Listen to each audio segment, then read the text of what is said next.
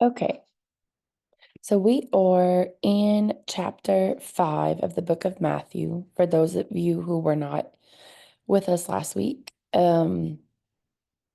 Kristen covered the first two Beatitudes. Um, Kristen, do you want to just kind of recap what you covered with the first two Beatitudes? Well, before Kristen does that, the just understand in chapter 4, um we know like okay, so Jesus gets baptized by John the Baptist. The first thing he does is go out into the desert. He fasts for 40 days and he gets tempted by the devil 3 times. Then we know that he comes out and he begins to preach and he picks his disciples and he starts like he's preaching, but it's not, it's kind of consistent with Old Testament. I mean, it's all based in Old Testament scripture, right? Um, and he's catching their attention. There's something different about him, and he's connected to John the Baptist. So remember, John the Baptist had a lot of followers, and his message was really about repentance and about how we needed to change the trajectory of where we were heading, and we shouldn't be heading in, the a sinful direction, and that it's not just about saying you're sorry and making a sacrifice and continuing to perform the same behavior. It was about, really getting off that path completely. Um, and at the very end of chapter 4, it says that Jesus, did a lot of healings. Like he would heal a ton of people and perform these miracles in front of a lot of people.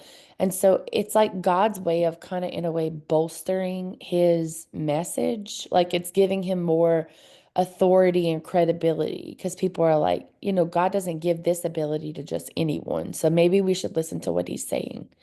And so he starts his first big sermon is what we refer to as the Beatitudes. And Kristen last week covered the first two Beatitudes. So that would be chapter 5, verses 3 and 4. Kristen, do you want to kind of Yeah, summarize what you went over?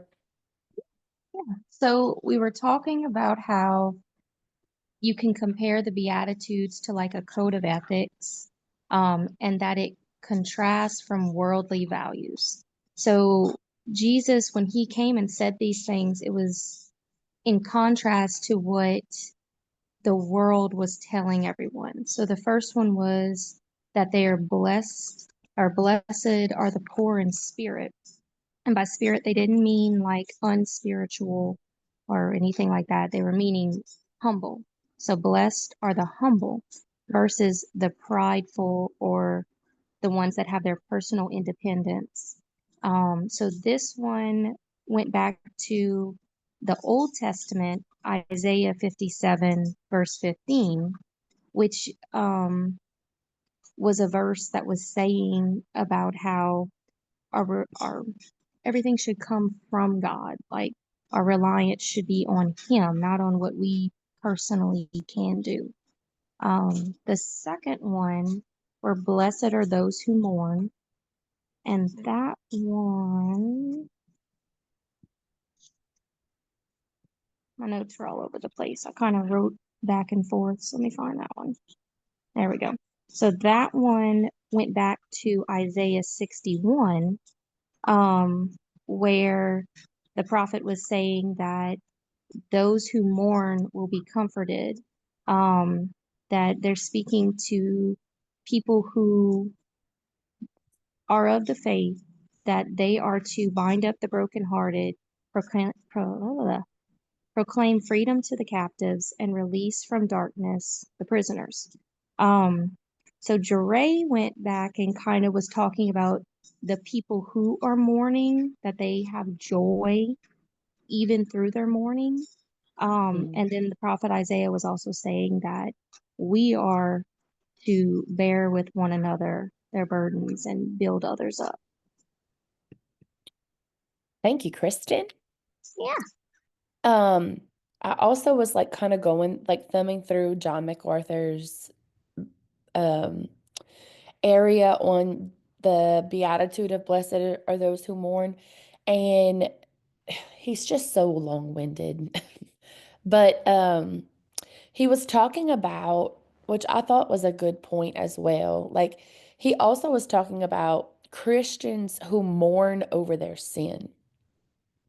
And remember that who Jesus was talking to when he was giving this sermon, he was talking to all these people who had such a strong Jewish faith. And we saw that they didn't truly, like a lot of them practiced Judaism, but they didn't really believe. Like they didn't really allow the the message of God's word to penetrate their hearts. So they weren't truly repentant whenever they would like perform these sacrifices, and they weren't mourning over their sin. And so part of what John MacArthur theorizes Jesus was talking about here is blessed are those who mourn over their sin.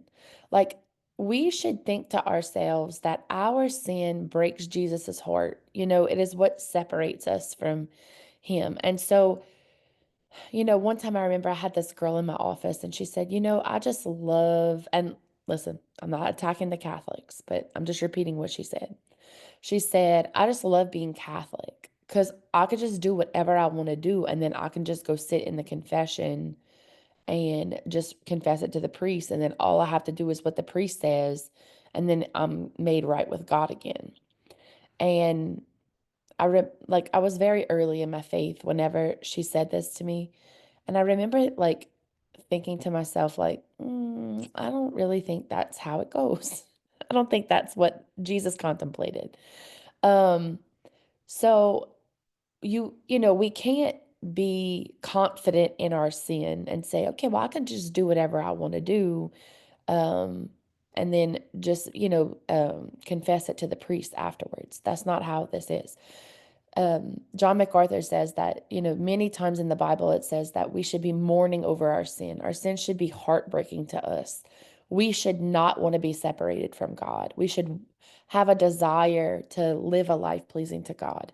Um, and so we should always be mourning over our sin. We should be truly sorrow and embarrassed. And, that's where like true accountability, I think, comes from, which is a lost art in our generation. Um, the next beatitude, let's see, I lost my spot. Okay, the next beatitude is chapter 5, verse 5. It says, "Blessed are the meek, for they will inherit the earth." I'm going to kind of mirror off of Kristen's. She had shared a little, let me see if I can pull it up for you. She shared a chart that was in her Bible that I thought was very helpful. And I'm going to give it to you because it makes the references in a like kind of concise way. Okay, I just put it in the chat for those who want to look at it. It'll give you like the beatitude verse number, then it'll go back to the Old Testament like reference, and then how to develop this attitude in the New Testament. Okay, so when he's saying blessed are those who are meek, meek is not a word you and I feel like use in common language anymore. I feel like probably previously, that was maybe a word that was used more often. So um, I'm going to do what I always do and go on my dictionary on my computer. Meek. A person who's meek is quiet, gentle, easily imposed upon, or submissive. Okay. So like Kristen said, the Beatitudes are like more, a code of ethics, and it's contrary to worldly um, thoughts, right? Because think about the time that they were living in. Like life was hard, like they didn't have Social Security, there weren't food stamps, they're not, no one's living in air conditioning, there's no direct deposit, like we don't have iPhones. This is a difficult time to live. And so you have to advocate for yourself and your family and their needs and all of the things, right? And being meek is being submissive and um you know I guess the point I'm trying to make is you could be easily taken advantage of potentially if you were meek, right? So meekness at that time may not have been a very good attribute to be um bragging about, I guess.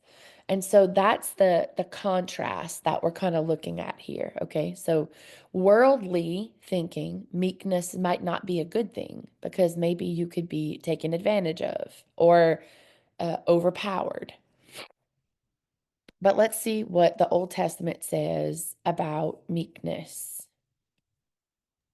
And see, here again, he's contrasting the Messiah was supposed to be this leader, this Yeah. warrior. And Jesus is saying, no, that's not. Right. Jesus is saying, I'm coming on this scene remember, he hasn't quite yet explained to them that he is the Messiah, but they're looking for the Messiah. And so they're thinking maybe Jesus might be the guy. And think about the religious leaders. They're like, this guy's talking about like, blessed are those who mourn and blessed are the weak and the meek. Like, no, the man we're waiting for is going to come riding in on a white horse, He's not going to be meek. So on Kristen's little chart that I shared with you, it goes back to let's see, Psalms 37 verses 5 through 11. Okay, and I pulled that up. It says, "Commit your ways to the Lord, trust in him and he will do this. He will make your righteous reward shine like the dawn, your vindication like noonday sun. Be still before the Lord and wait patiently for him. Do not fret when people succeed in their ways and then carry out their wicked schemes. Refrain from anger and turn from wrath. Do not fret, it leads only to evil. For those who are evil will be destroyed, and those who hope in the Lord will inherit the land. A little while, and the wicked will be no more. Though you look for them, they will not be found. But the meek will inherit the land and enjoy peace and prosperity."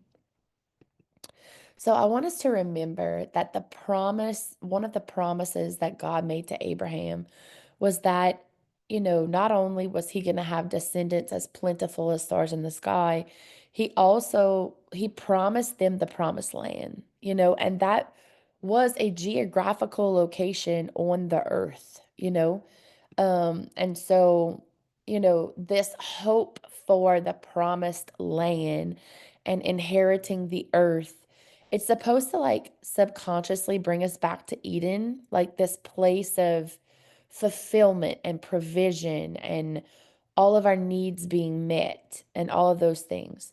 And so, truly, the message Jesus is sharing here is saying, blessed are those who are meek, a person who is gentle and submissive and servant like. I heard well, put a pin in that.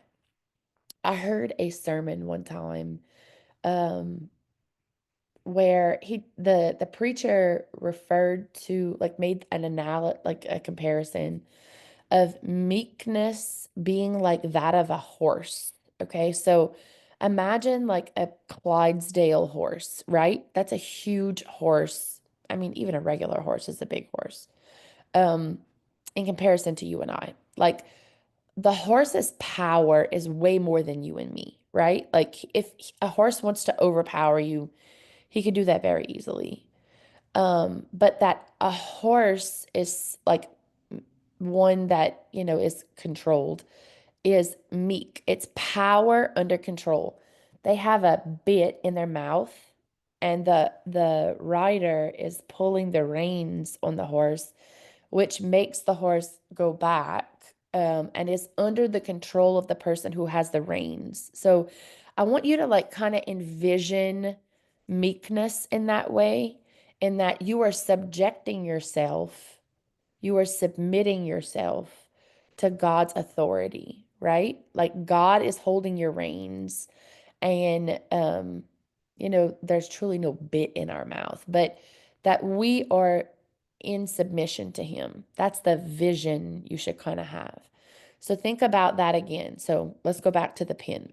He says, "Blessed are those who are meek, for they will inherit the earth." Is that the language it is?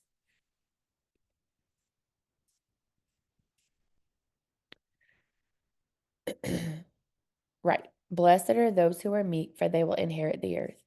So he's saying, when you are submissive to me, when you submit the control of your life, when you are and you are emulating the qualities of Christ, this gentleness, this quietness, this what's the other?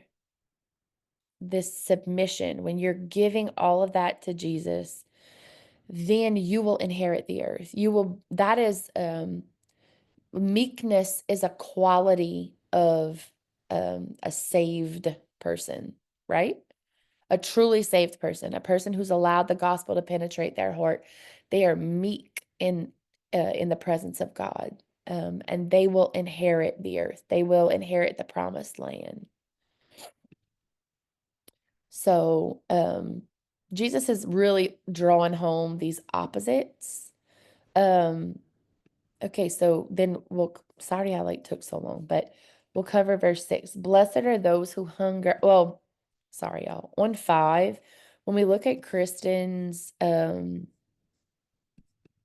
little chart, he kind of has this, like if you go all the way to the right-hand side, it says Matthew.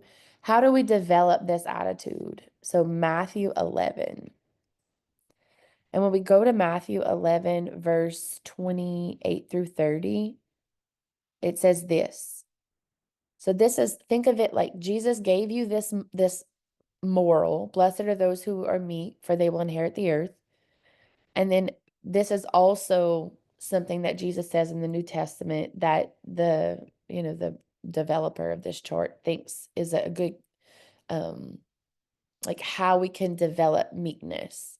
He says, "Come to me, all who are weary and burdened, for I will give you rest. Take my yoke upon you and lean from me. Learn from me. For I am gentle and humble in heart, and you will find rest for your souls. My yoke is easy and my burden is light." So a yoke is this thing that was on like um a I think it was like a mule. So a yoke was a thing that was on a mule's neck that would pull the cart behind it. Um, and so what Jesus is saying, think of meekness, how we described it. He says, "For I am gentle and humble in heart." So Jesus is saying, I possess the quality of meekness. Um, and he's saying, my yoke is light. The burden you have in Old Testament teachings is that you have to do all of this in your own strength. You have to, it's based, your salvation is based upon your effort. And what he's saying is, when you submit to me and you emulate my gentleness, my burden is light, my yoke is light. And what it means is, I will do all that needs to be done for your salvation. I will hang on the cross. I will suffer what you deserve. And I will rise again in 3 days, and your life is going to be in me. I have I paid your debt.